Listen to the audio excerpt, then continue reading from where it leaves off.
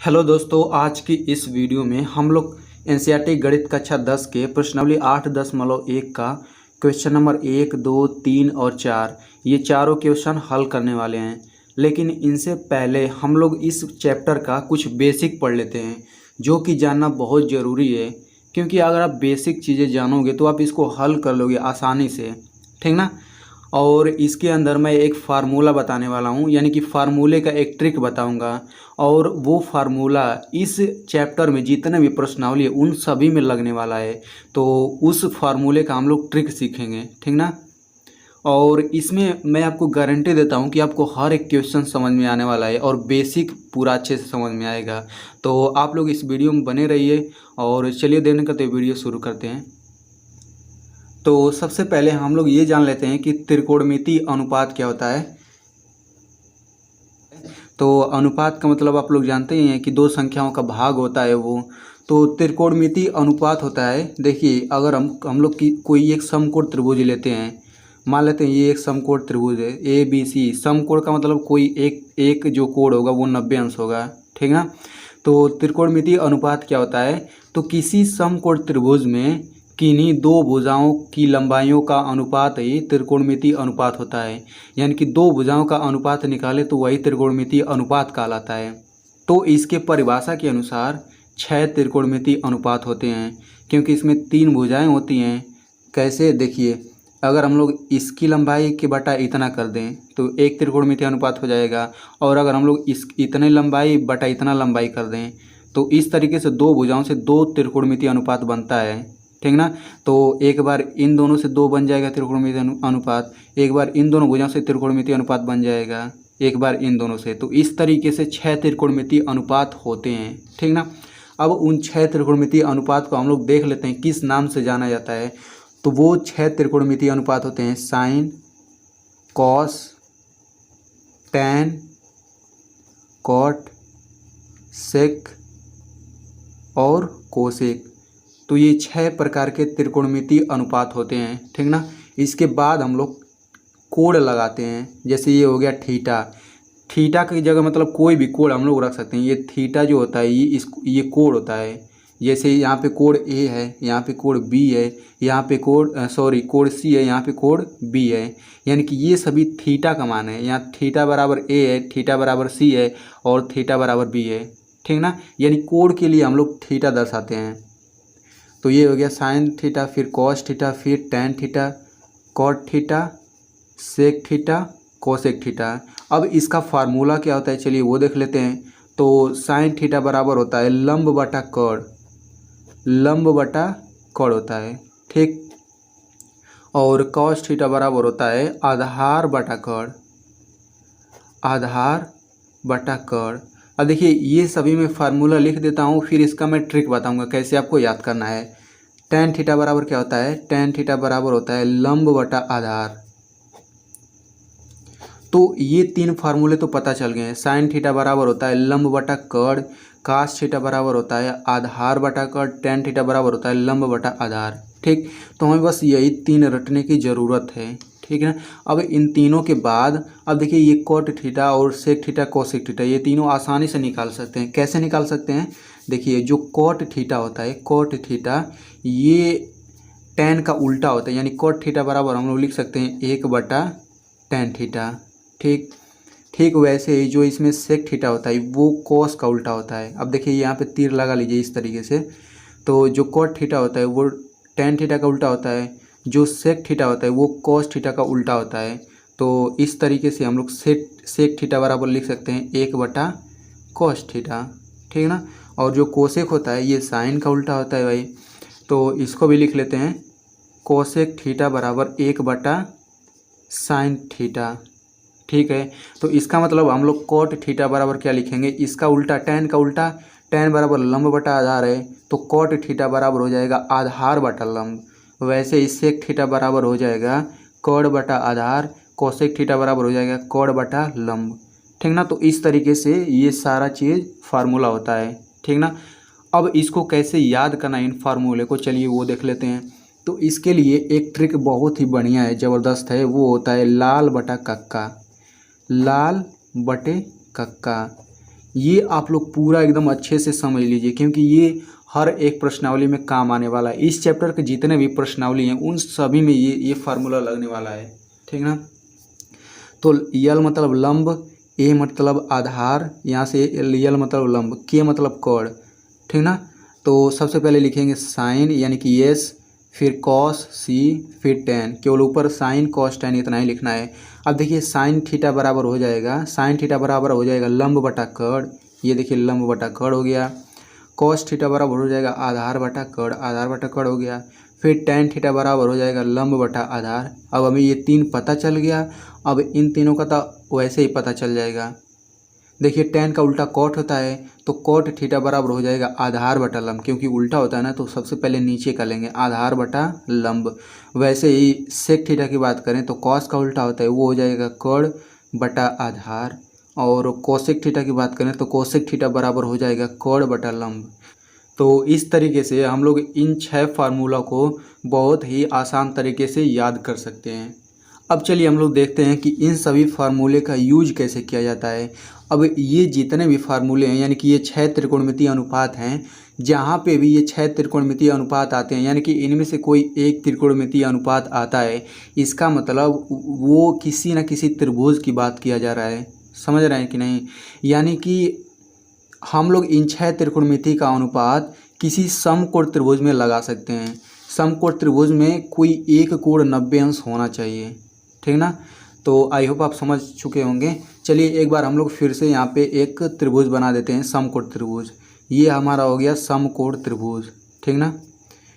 इसका नाम दे देते हैं ABC। अब यहाँ पे कोण सी यहाँ पे दिया गया है, ठीक ना। तो अगर हम लोग थीटा की जगह सी रखें तो देखिए क्या फार्मूला बनता है। तो यहाँ पे हम लोग साइन सी का मान निकालेंगे इस त्रिभुज में, क्योंकि ये एक समकोण त्रिभुज है तो हम लोग इसमें sine cos tan caught in सभी फार्मूले का प्रयोग कर सकते हैं। तो अगर हम लोग साइन सी का मान निकालें तो क्या हो जाएगा, तो साइन थीटा का फार्मूला क्या होता है, वो होता है लंब बटा कोण, इतना फार्मूला होता है, ठीक ना। तो अब हम लोग बात करेंगे कि लंब क्या होगा, तो लंब ए बी होगा।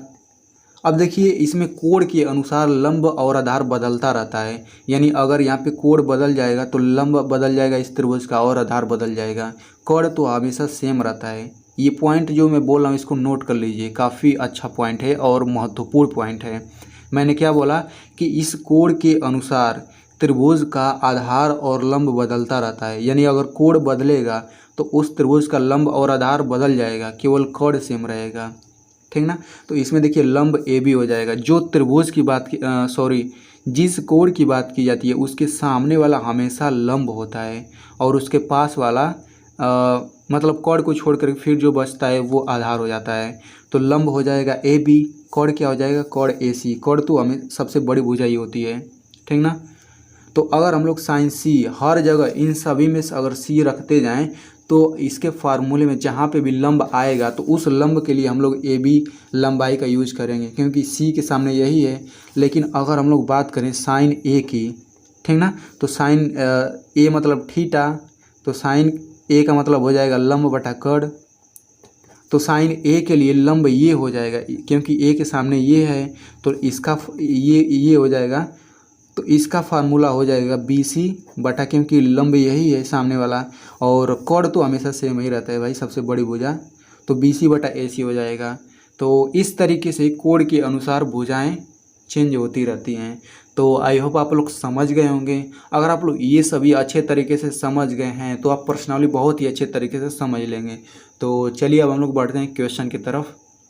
तो इसका पहला क्वेश्चन है, देखिए प्रश्नावली 8.1 का पहला क्वेश्चन क्या है, त्रिभुज ए बी सी में जिसका कोण बी समकोण है, यानी कि एक त्रिभुज ए बी सी है, इसमें बी समकोण है यानी कि 90 अंश का है। ए बी बराबर 24 सेंटीमीटर लंबाई दिया है, बी सी बराबर 7 सेंटीमीटर लंबाई दिया है।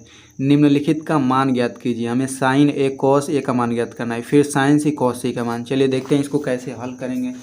तो सबसे पहले हम लोग त्रिभुज बना लेते हैं। तो इसमें समकोण त्रिभुज बनेगा ए बी जो है समकोण दिया गया है, तो ए बी सी यहाँ पे बन गया त्रिभुज। इसमें ए बी का मान 24 सेंटीमीटर है, ए बी का मान 24 सेंटीमीटर है, ठीक है। BC का मान दिया गया है 7 सेंटीमीटर। ठीक, तो हमें सबसे पहले इसमें क्या ज्ञात करना पड़ेगा? सबसे पहले हमें क्या क्या ज्ञात करना लिख लेते हैं। पहले क्वेश्चन में हमें साइन ए का मान ज्ञात करना है और क्या ज्ञात करना है, कॉस ए का मान, इन दोनों का मान ज्ञात करना है। तो साइन ए का फार्मूला क्या हो जाएगा, देखिए ये ए कोण यहाँ पे है, तो साइन ए का फार्मूला होता है, क्या होता है, लंब बटा कोण, ये होता है लंब बटा कोण। तो साइन ए के लिए देखिए एक कोण के लिए लंब ये हो जाएगा, तो लंब हम लोग लिख लेते हैं BC बटा कोण, कोण क्या हो जाएगा, AC हो जाएगा। अब देखिए BC की लंबाई तो हमें पता है, ये हो जाएगा 7 सेंटीमीटर, लेकिन AC की लंबाई हमें नहीं पता है, तो हम लोग AC का लंबाई निकालेंगे सबसे पहले। तो यहाँ पे देखिए ये एक समकोण त्रिभुज है, तो इसमें हम लोग पाइथागोरस प्रमेय लगाएंगे। तो पाइथागोरस प्रमेय क्या होता है, किसी समकोण त्रिभुज में सबसे बड़ी भुजा का स्क्वायर शेष दोनों भुजाओं के वर्गों के योग के बराबर होता है। तो सबसे बड़ी भुजा ये कोण होता है, तो कोण का स्क्वायर बराबर शेष दोनों भुजाओं के वर्गों का योग, यानी कि ये हो जाएगा 7 का 49, 7 का स्क्वायर 49 हो जाएगा, फिर प्लस 24 का स्क्वायर करेंगे तो ये आता है 576, ठीक ना। तो AC का स्क्वायर बराबर हो जाएगा, इन दोनों को जोड़ेंगे तो ये आता है 625, और तो इस तरीके से AC बराबर क्या हो जाएगा, देखिए यहाँ से वर्गमूल हो जाएगा, यानी कि 625 का वर्गमूल क्या आ जाएगा, 25। तो इस तरीके से AC का लंबाई कितना आ गया, ये आ गया 25, ठीक ना। तो अब हम लोग यहाँ से इसका मान निकाल सकते हैं। साइन A का मान क्या हो जाएगा, BC बटा AC, BC का मान हो जाएगा 7 बटा AC का मान हो जाएगा 25। तो इस तरीके से 7 बटे 25 इसका पहला आंसर हो जाएगा। अब वैसे ही बात करें कॉस A का, यहाँ पे देखिए मैं लाल बटा का लिख देता हूँ ताकि आपको फार्मूला यहाँ पे रखने में दिक्कत ना हो। तो अब देखिए कास थीटा की बात की जा रही है, तो ये होता है आधार बटा कोण, ठीक ना, आधार बटा कोण होता है।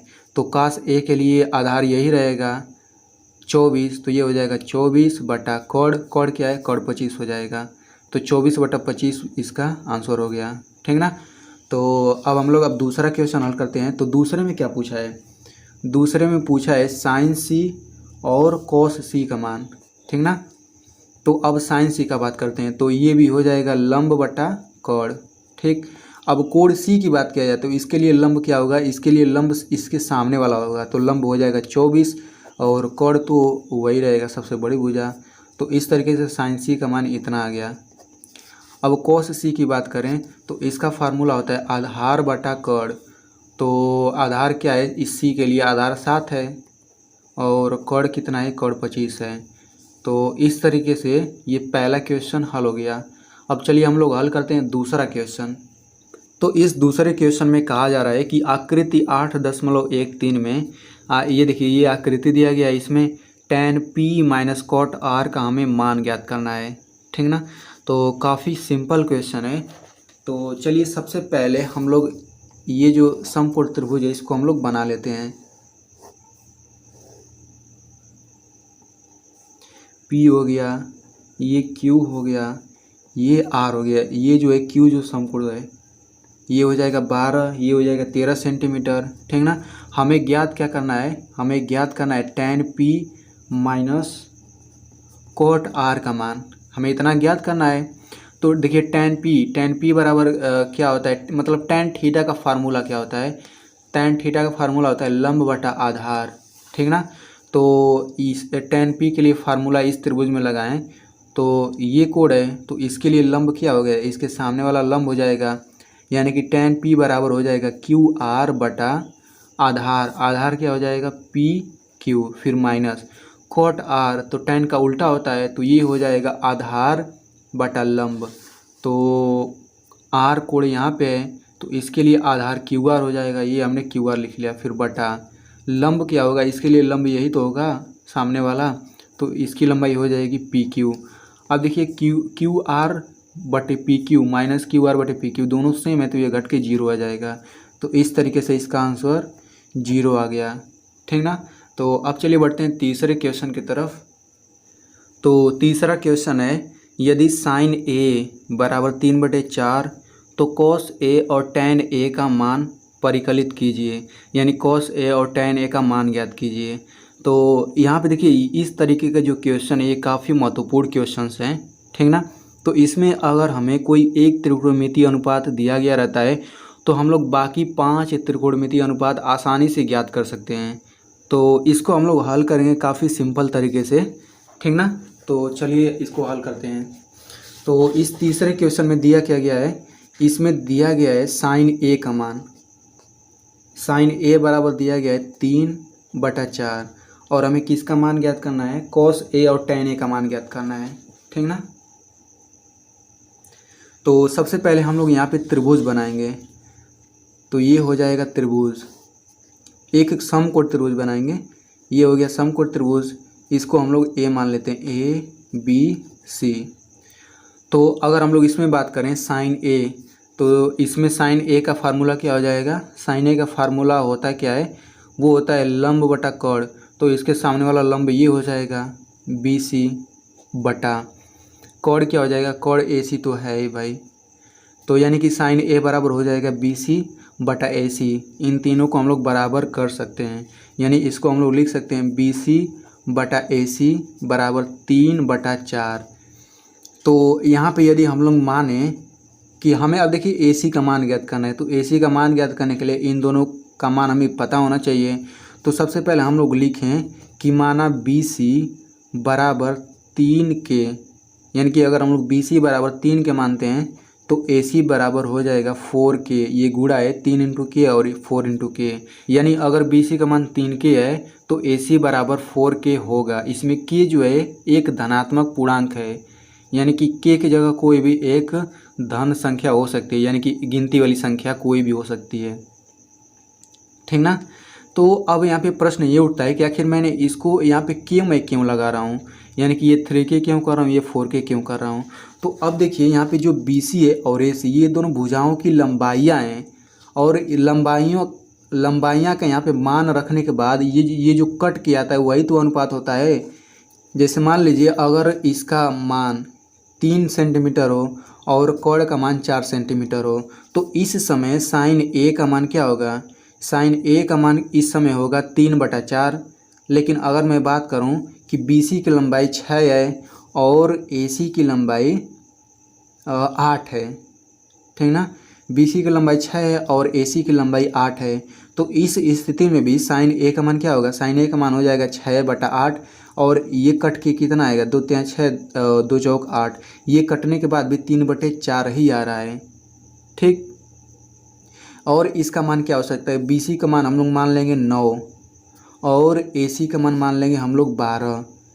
तब भी देखें तो 9/12, इसको भी हल करेंगे, 3 3 9 3 चौक 12, इसको भी हल करने पर 3/4 ही आ रहा है इसका अनुपात। इसका मतलब ये है कि इसका बी सी का लंबाई और ए सी का लंबाई मतलब कुछ भी हो सकता है, वो 3 और 4 भी हो सकता है, या फिर इसके अलावा कोई दूसरा भी बड़ी संख्या हो सकती है जो कटने के बाद 3/4 आए। तो इसीलिए मैंने इसको 3 के और 4 के माना है। अगर हम लोग इसका अनुपात निकालें तो देखिए कट के से के कट गया, 3/4 ही आ रहा है, इसीलिए इसको इतना माना जाता है। तो आई होप आप समझ गए होंगे। तो अब देखिए जब बी सी का मान पता चल गया, ए सी का मान पता चल गया, तो हम लोग ए बी का मान भी निकाल सकते हैं पाइथागोरस प्रमेय से। तो पाइथागोरस प्रमेय लगा लेते हैं, कर्ण का स्क्वायर बराबर शेष दोनों भुजाओं का स्क्वायर, यानी कि ए बी का स्क्वायर प्लस बी सी का स्क्वायर। तो यहाँ पे ए सी का मान दिया गया है 4 के, तो इसका स्क्वायर कर लेते हैं। ए बी का मान हमें ज्ञात करना है प्लस बी सी का स्क्वायर, बी सी का मान क्या है 3 के का स्क्वायर। तो अब देखिए 4 के का स्क्वायर हो जाएगा 16 के स्क्वायर बराबर ये हो जाएगा ए बी का स्क्वायर प्लस 9 के स्क्वायर, इतना आ गया ना। अब देखिए इधर 9 के को इधर पक्षांतर कर लेते हैं, तो ये हो जाएगा 16 के स्क्वायर माइनस 9 के स्क्वायर बराबर ए बी का स्क्वायर। अब यहाँ से हो जाएगा ए बी बराबर रूट के अंदर 16 में से 9 घटाएंगे कितना आएगा, ये आ जाएगा 7, फिर के स्क्वायर इस तरह हो जाएगा।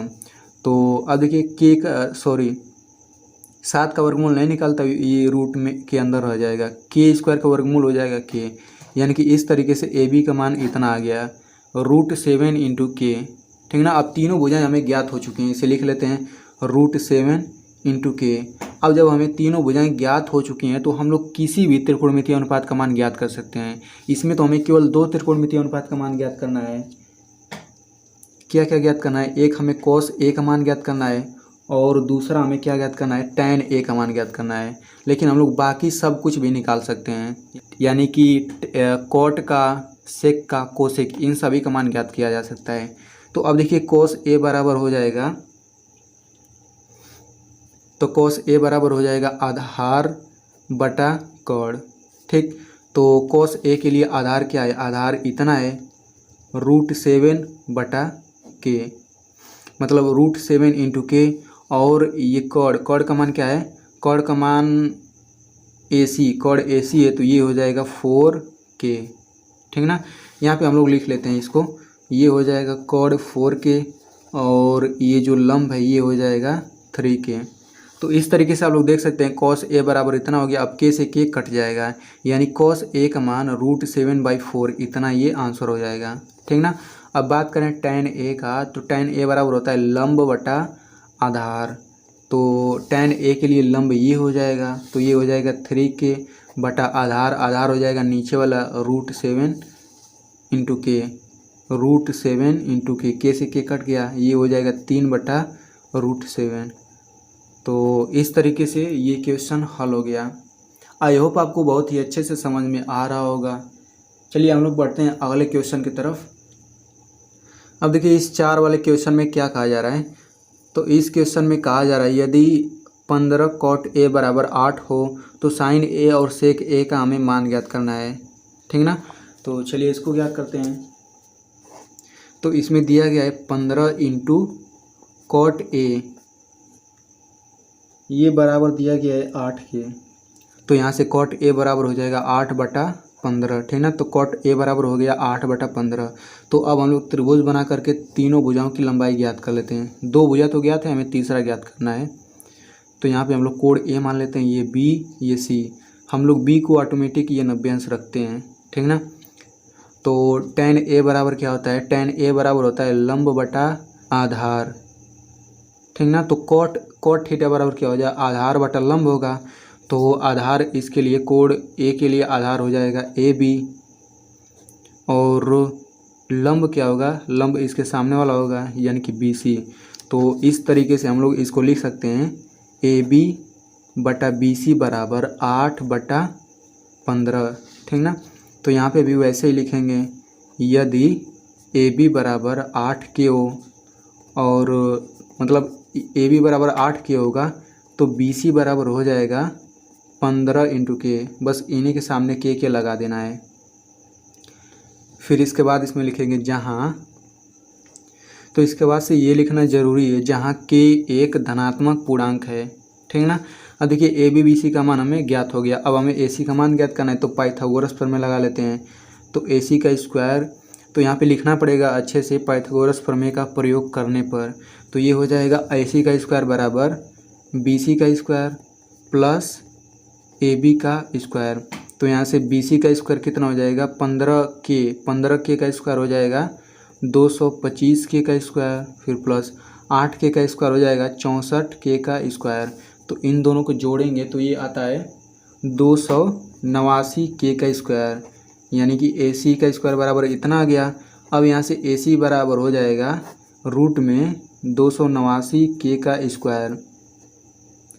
तो इस तरीके से ये हो जाएगा 289 17 का वर्ग होता है, तो ये इसका वर्गमूल 17 निकल गया, और K का स्क्वायर है तो ये K हो जाएगा, यानी कि इस तरीके से AC बराबर 17K हो गया।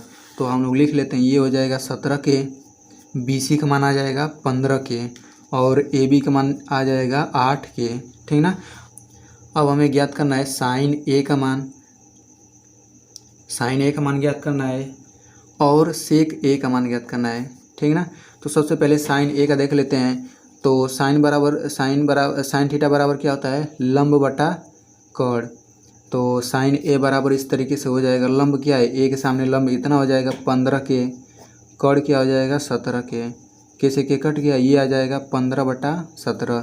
तो साइन A का एक आंसर इतना आ गया। अब सेक A का देख लेते हैं। तो सबसे पहले हमें कास का फार्मूला जानना होगा। तो कास का फार्मूला क्या था, आधार बटा कॉड। तो इसके लिए हो जाएगा कॉड बटा आधार, क्योंकि सेक जो होता है कॉस का उल्टा होता है, तो ये हो जाएगा कॉड बटा आधार। तो कॉड क्या है, ये है 17K, आधार क्या है, चूँकि कोड ये है, इसके सामने लंब ये हो गया तो आधार ये हो जाएगा 17k और बटा 8 के से के कट गया, ये आ जाएगा 17/8। ठीक ना। तो इस तरीके से ये 4 क्वेश्चन भी हल हो गया। आई होप आपको हर एक क्वेश्चन अच्छे से समझ में आया होगा। अगर किसी क्वेश्चन में डाउट है या फिर बेसिक में डाउट है तो आप कमेंट सेक्शन में पूछ सकते हैं, मैं उसका रिप्लाई ज़रूर करूँगा।